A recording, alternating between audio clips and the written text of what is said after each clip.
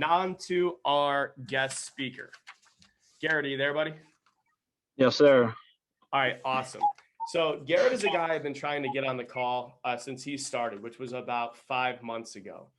He's got a really interesting story. I'm super appreciative. There he is. Garet, it's great to have you, buddy. What I want to do is first share your story with the guys here. How did you get to FFL? Yeah. So back in 2019, 2020, I'm sorry, I was in the oil field. Come March, I got laid off due to COVID. And my best friend, Ben Roberts, he was telling me about his experience at FFL. And I was like, no way. He's like, I'm telling you, this is what it is. So it took me about 3 months to really commit to actually want to do this. But unemployment started running low. So I was like, well, I'm going to give it a shot, let's see what's going to work. Well, Absolutely. Then I got hooked up with everybody. Yep. I got hooked up with y'all and did the onboarding deal. And then I was like, yeah, this is legit then. So I'm going to commit to it. Let's do it, So come do the Ben Roberts, getting me into it is what really got me there. So did you ride out with him that first week you were here? I can't remember. I did. Yep. So I officially started riding my own in August, but the last week of July, I actually did ride-alongs with him so I could get my in-home good to see how it was done. Yeah. And you came out of the gates on fire, man. Wait, your first week solo. Like, it's hard to forget this. Do you remember what you wrote? Yeah, it was like 9,500, something like that. And next my week, first full week by myself. Yeah, and I think like the next week you did like 15,000. I'm like, who is this guy? Right. And then like 3 weeks later, I hit a 20,000. So I was like, what the heck? Who's this guy? Yeah. Who is this guy? And it's funny because Garet doesn't make a lot of noise. He doesn't need you to know who he is. He just goes to work, which is really cool. And you're doing this throughout. We're going to go into how you overcome adversity in your personal life, natural disasters, etc. But this is during the time when you got hit with like 5 hurricanes back to back to back to back to back. And I started calling you the hurricane because you were just bringing a storm of production, man. One thing that you do that I really respect is your approach and your skills on the phone. Can you go over your mindset before you pick up the phone when you're like, all right, it's game time, you're protecting your dial time, you got your leads in front of you. What's going through your mind before you pick up those phones? So I make sure the house is like totally shut down because I call from my house. I don't go to the office. And I get set up at my desk and that's it. It's just on at that point, and then I have them in front of me. So I go through each area. So I'm stacking them on top of each other real close. So I already know where I'm going for that day and who I'm calling and where I'm going to go. And I set my week up through that process. And I don't let anything affect me. Like if a doorbell rings, I'm still not going to answer the door. Yep. It's time to dial. So that's why I go with that. That's how my mindset for that part. When I asked you, because you were setting a lot of appointments right off the rip. And when I asked you how many dials you were making, do you remember you told me what you said? I can't recall. It's been that many dials ago. You said, man, I'm going to do my best accent to you. Man, I just dialed till I got as many appointments as I wanted to have. It didn't matter to Correct. you. You didn't stop. Right. So when I first started out, to be realistic with myself, I set goals. And I think everybody needs to have a goal and then you work harder to get it. So I set out from day one, I want 15 appointments a week was my goal. Then the next thing, my goal was $100,000 by December. And I surpassed all that, So I set goals for myself and I didn't stop dialing. So if it took 300 leads to get 15, it took me 300. If it took 10 to get me 10, then I was on fire. I was like, I ain't got to dial that much tomorrow, or Thursday. So it just. I agree with that. And I respect what you do. And sometimes that takes you, and this is funny. And guys, this is not necessarily duplicatable. So when I tell you this doesn't always happen. There's days where Garet makes 15 dials and sets 15 appointments. But there's also days where he makes 350 dials and sets 5 appointments. How do you deal with that roller coaster mentally when that's happening to you? Just keep pushing through it. Now, like you said, it's not duplicatable. I don't know if it is or isn't either. I just set my mind that these people fill this out. They wanted it. So I'm not asking them to come over. I'm telling them this is when I'm going to be there because you fill this out, you know? So, Role play that with me. Not now, you don't need to call me by name, whatever, but run through okay. how that sounds on the phone. So it doesn't matter if it's an instant lead, a mortgage lead, any type of lead. To me, they're all brand new, even if they're 3 years old, because I didn't talk to them yet. So they're new to me. Amazing. So when I make that phone call, uh, I get straight to the point. I don't let them talk. So I'm like, hey, this is Garet Duet. Let's say it's an instant lead. I'm giving you a phone call based on an inquiry you filled out online. I was calling by their name. Hey, Rob, you filled this out. Mm-hmm. This is your date of birth, correct? Yes. Is this your address? Yes. Perfect. Well, you filled this out. My job is to get the information to you, being I'm in your area. So if it's Thibodeau where I live, I say Thibodeau. Or if it's New Orleans, I'll tell them I'm from New Orleans. I say, being I'm in New Orleans, I'm coming out there on this day. This is what I have available to get this information that you requested. So there's no in between where they're talking to me like, hold on, what? I'm telling them this is what's going on. Yep. So same thing with a mortgage lead. Now tell me this: do you? And I know you're running all different types of leads. You get the same results on instance as you do on the CRM leads, as you do on the backdoor stuff, brand new leads. Your results are pretty consistent. You don't make excuses, which is so I really appreciate about that approach here. Now you must get some health information from these people before you go into the house because you've got a freakish prep before you go see these people. So what information do you try to get over the phone before you actually go out and see your clients? Well, that's changed a lot since convention, by the way, but I Okay. still do get to know them in that sense because I want to be prepared when I'm going there. I don't want to, because my appointments are stacked up hour after hour. I don't have time to go 5 apps and they keep getting denied. So I need to know what's going on. So I just basically ask the major stuff: cancer, heart attack, stroke, COPD, diabetes. You got that? Cool. Insulin pills. All right.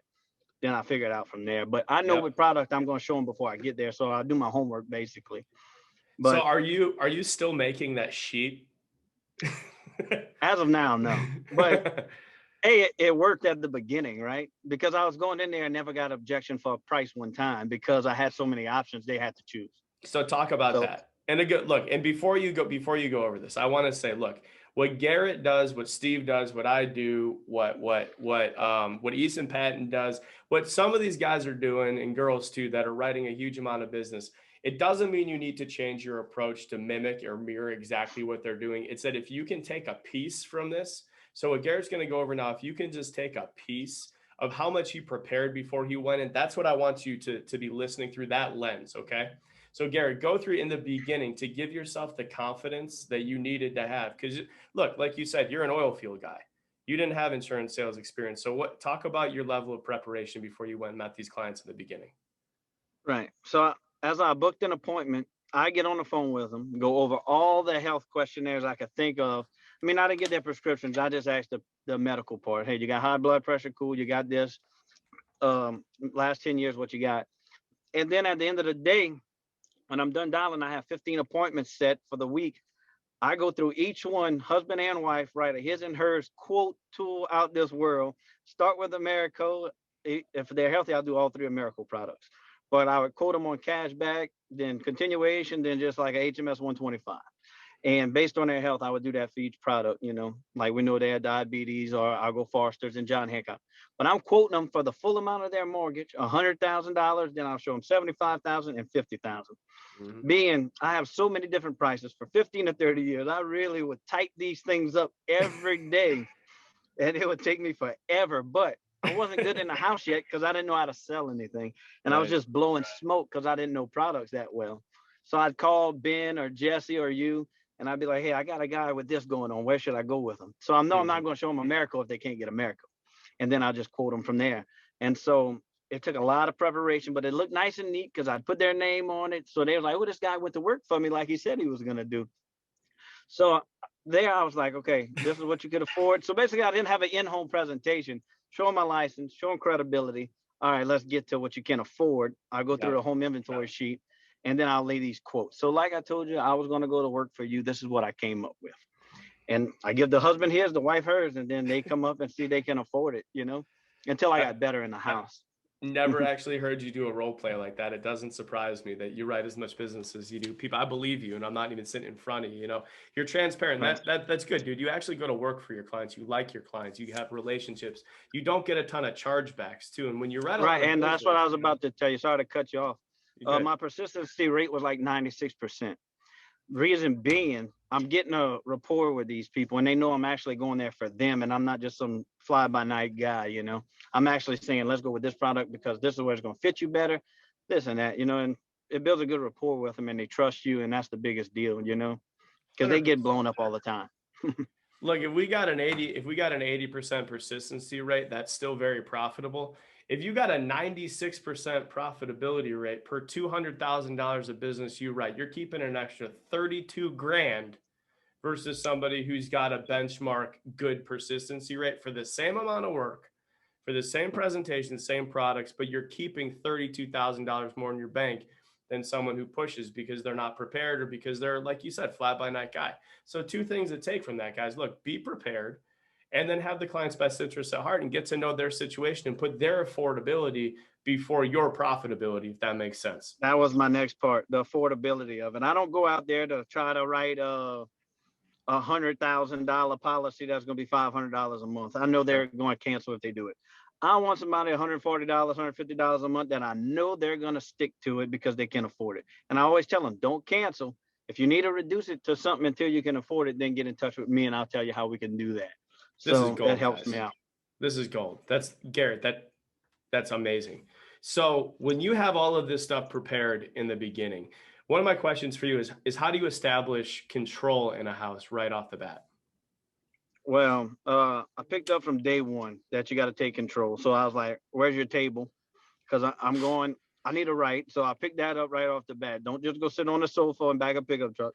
I've done it. It sucks, but sometimes I got to feel the client wants me there. I'm going to be where they want me. But I usually go in and tell them where I'm going. So that part, I take control with that. And then basically, I'm just telling them why I'm there. I tell them there's three reasons. You know, we're going to educate you because I learned that from the get go. All these people I see who tell me they have something, I'm going to educate them on what they really have now because now I know. So they don't have what they think they have. So I'm going to help them do that. And I just say we're just going to find something that fits you for you. You know what's going to be best for you. So I always throw you or your family. What's going to be best for y'all in this situation? It's not going to help me. It's going to help you. So I just lay it out there, say I'm there for them. So I guess that's how I take control, letting them know I'm there for them. So when you've done that, now you get to the close. Is there even a close? Or are you like, hey, so which one works best? You know?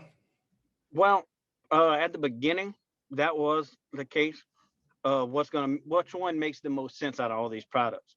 And I'm like, that transparent guy, you know. I like that one. I said, that's the one I would have chose for you too, to be perfectly honest with you. Am I lying to them? No, because it's all good products, right? So no, I'm not lying to them. Even I wish I could have go up $2 more on that one, you know, but it doesn't matter. I'm making a sale. $0 is better than no. I mean, $100 better than no dollars if it's, you know. Yes, So sir. I don't care if it's a $15 a month policy. Them help somebody, and now they can afford it. That's great. So I don't need a close when I'm closing on that deal. They're basically closing their self when I'm showing them the prices that was in front of them at that point when I was doing those things. Absolutely. And I would guess that your average deal size is higher than most because people just trust you and they want to move forward. Even like when I looked at your numbers, dude, you got some small ones in there, but you got some big ones. Your average deal size is hovering between 18, 1900 bucks. I mean, you're very profitable at that number and people keep them. It's that magic 150, 160 a month mark. Any Right. deals over 200 scare me a little bit. You know, that 150 mark, those are the ones those are going to stay. Now, I know I built this into my interview with you today because of what you told me earlier. And I know you do this a lot. So you go through, you give this transparent presentation. The people know you're there for them. They want it. They forgot to tell you they're on kidney dialysis. They forgot to tell you they had breast cancer. They forgot to tell you they got a medication that we can't get term coverage for. How do you pivot from that decline to an FEX product? So it all depends if I'm there for a traditional life insurance, even though it's the same thing, or mortgage protection. I Sure. kind of flip flop it both ways. So if it's just like a mortgage protection, I got to go to a final expense product. I'll say, look, unfortunately, based on your situation, I can't get you 100,000. with term products. I can stack some policies to get 100,000. That's gonna cut into your budget. You're a grown ass man, so you you could know what you can't afford and can't afford. So I'm gonna throw you some stuff out there. Let's see if it makes sense. This is how this product works. I said now I'm not gonna come here with $100,000, but if I came here with 30,000, does that put your wife or your family member in a better position than me coming here with $0? They're like, yeah, it does. I said, now you're 70 years old and you got a 30-year mortgage. You're going to be 100 when it's paid off. Does that make sense? He's like, probably not. I said, well, this, you're probably not going to live that mortgage, right? This at least goes until you're 100. So the most I get you with term is 10 years anyway. So let's take care of the bulk of this mortgage. So I'll transition it from there. But I always throw it out there. Something's better than nothing, like always. Yeah. So let's say you're going to just a life insurance lead, right? Whether it be final Okay. expense or instant internet leads. Mm. FEX is basically a life insurance lead too. Right. And they're telling you, hey, man, I want 100. I want 100. You're like, fine, we're going to try. We're going to try. So we run it through TLE, we run it through HMS. And then at that point, like you've now exhausted, and now they're a little bit frustrated with you. And I know you're one of the best at overcoming this. They're frustrated. They're mad now because they wanted that 100. That number was in their head. How do you pivot? How do you pivot then So, to less coverage? so to me, you said it perfect. Less coverage. I don't tell them it's less coverage because if they don't have any coverage, something's better than nothing, right? Yeah. So I don't look at it that way with them. Let's see what makes the most sense. So then I'm gonna show them Eagle and stack policies. Okay, this is what 100,000 looks like with these 3 policies stacked. I know I can get it for you based on your health. So are you willing to invest in this? Because it's gonna build your cash value. So you're gonna have that. I can add accidental on all these other ones. The Eagle comes with it. So I explain what the products do. And if they say, well, I can't afford it, well, what can you afford? And then I'll get to them. So once again, we're back at just $30,000 Eagle max amount, $150 a month. It's better than, I know it's not the $100 a month you want it for 100,000, but does it make sense if I came here with it? Did you just do that on that 17, 28, 30? Is that what you just did? I literally just did that because the one before that I went to was on kidney dialysis, didn't tell me. But he does have an increase in term. So the next home I go to that I just sold that Eagle on, she had a $60,000 mortgage and then she kept getting declined term. So I said, let's go to Eagle. I said, it doubles on accidental. So you owe 60,000 now. So 30,000, something happens and we're paying the whole house off. And she's like, oh, that makes sense. I said, you're already paying, the mortgage is dropping as you pay. You're not going to owe 60,000 forever. So she's like, that makes sense too. I said, so let's cover the bulk of it with 30,000. I said, I know you wanted that, but unfortunately we can't do it, but I can get you this. So we just went through the app and she liked it. And when you left, she was happy. Oh, 1,000%. She told me she's going to get her husband something that I got to go back next week. So beautiful. That'd be great too. Right. You get referrals more than most people do. It's pretty cool. Now and I don't, go ahead. I'm sorry. I don't, so when I do my sales, I'm not putting, if I'm door knocking, I'm not usually putting what lead type it is. I'm not putting referral too much. I'm just straight up putting my numbers most of the time. I do comment on them every now and again, extend it when I did a deal that, better than most or whatever that I normally do. I get excited, but I do all the basic things. There's no secret. If I go knock on a door, I don't have to tell you that's what I did. I made the sale. So, or if it's a referral, I don't have to say it, it's just what it is. Absolutely. Now you're one of the more relatable guys that are in that top producer echelon. You've had some setbacks. You've had personal things happen with your family that we don't have to go into. Obviously, you've got hurricanes, you've got damage to your house. Again, we don't have to go into these things in detail, but you've had some setbacks, but you have this crazy way of always bouncing back. I would say, look, we got 75 people on this call. I bet 74 of these people have experienced something that has put them in a space mentally where they just don't want to go to work that day. What do you do mentally? How do you trick yourself into getting positive? Who do you go to? What do you use as a resource to help get you reset and back in that positive headspace? Right. So everybody's got something going on all the time. No story is different. I've been through it all. I'm sure other people have. They can reach out to me anytime because I guarantee you I done been through it. I done lived a rough life. But not to get too much into that. That picture that was on the screen, that beginning, that's my inspiration, my focus. So if I'm sitting there and I'm in a bad mood, not dialing, that means I'm not going to sit in front of people. I'm not going to make a sale. I'm not going to make any money. Then what that leaves them if we ain't got lights, it doesn't work. So I put the mindset that, hey, this is for them. Yes, the money's great, whatever, but I have to work. So my mindset is if I don't make appointments, I don't make dials or sit down in front of people, I'm not making money. So nothing's gonna stop me from doing what I need to do because this is my job. Let's face it, I'm not in the oil field no more. This is my job. So I have a responsibility. I have to hold myself accountable. It's cool being your own boss and making your own schedule and all, but if you don't do nothing to hold yourself accountable and you're not doing what you're supposed to do, you're gonna fail. And I hate failing. So I'm setting myself up for success by putting it in my head. I've been in this 6 months now. I'm still doing dial trackers because I want to hold myself accountable. Love it. So I'm dialing, I'm setting appointments. I just got in my head, I set goals and I'm going to reach them. So going in a convention, about a week and a half, 2 weeks before that, your old job called scared you the shit out of you. No, you did. No, well, you did. And dude, you called me and you're like, my job called me and I'm weighing some things. This is before convention. Right. Things weren't like you were going up and down. The consistency that I know you crave, you thrive in consistency. You're a momentum, dude. You snowball into an avalanche when you got that momentum. You weren't there. You were spinning a little bit and they called you and they offered and you were weighing some options, right? You go to convention and what clicked for you there and what changed mentally for you? Because then we're going to go over what you've done in the last 2.5 weeks since convention. But what Right. changed for you? How did that affect you? So the number one thing, actually that helped the most was my wife coming to convention with me because she was in, but she wasn't all in because she didn't fully understand what's going on and how it works.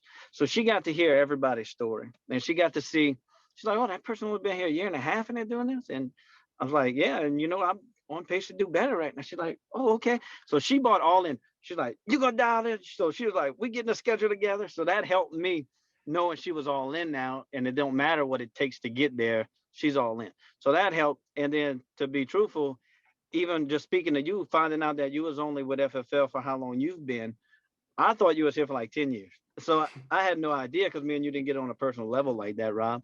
And so I was like, okay, Steve's only been, when I talked to him at your house, I was like, man, he's only been here this long. Ben's only been here this long. And all these people are successful. I said, what am I really doing with this?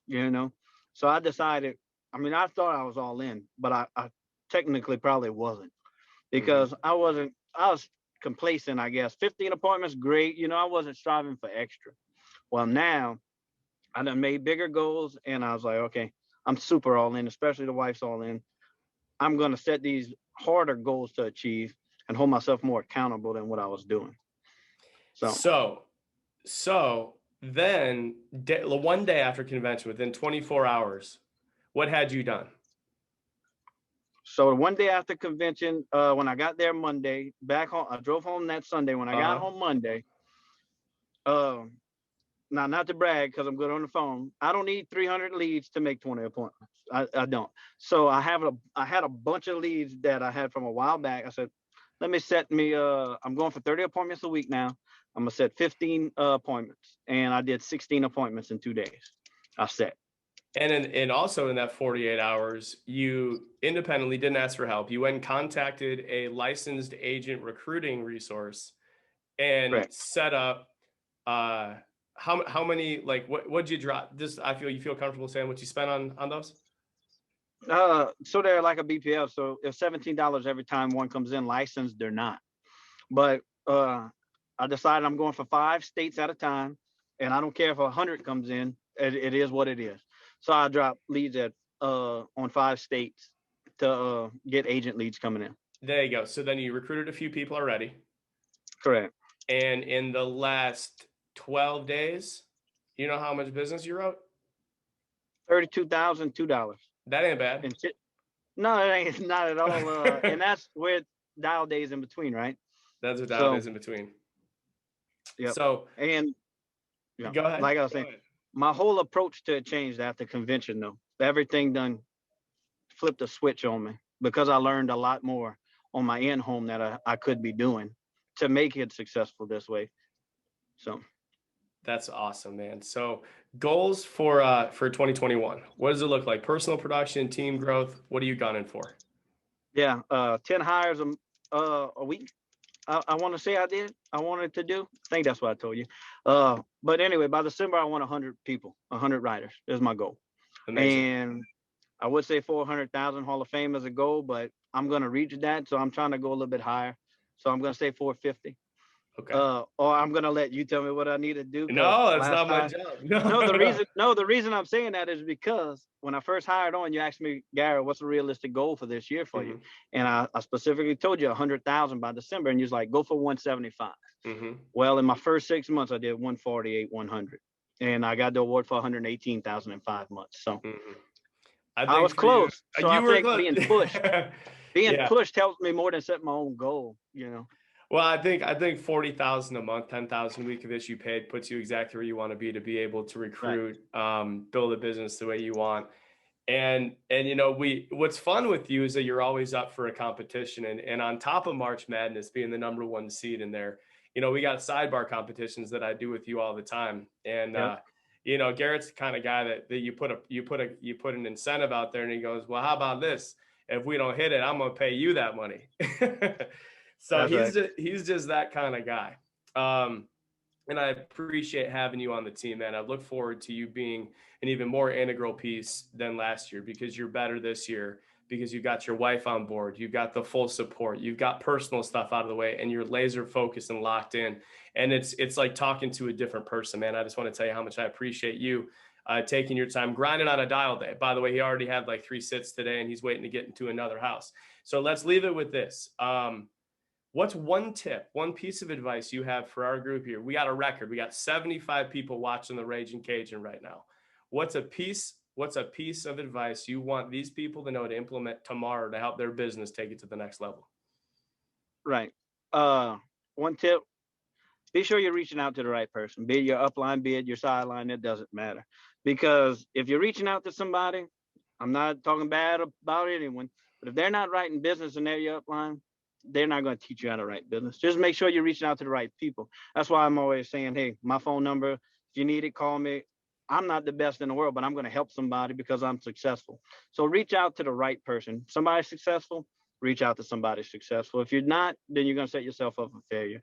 To me, if you want to succeed, surround yourself with people who are succeeding.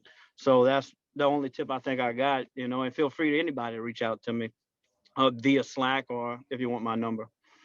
Gary, you're a stud, man. I appreciate your time so much.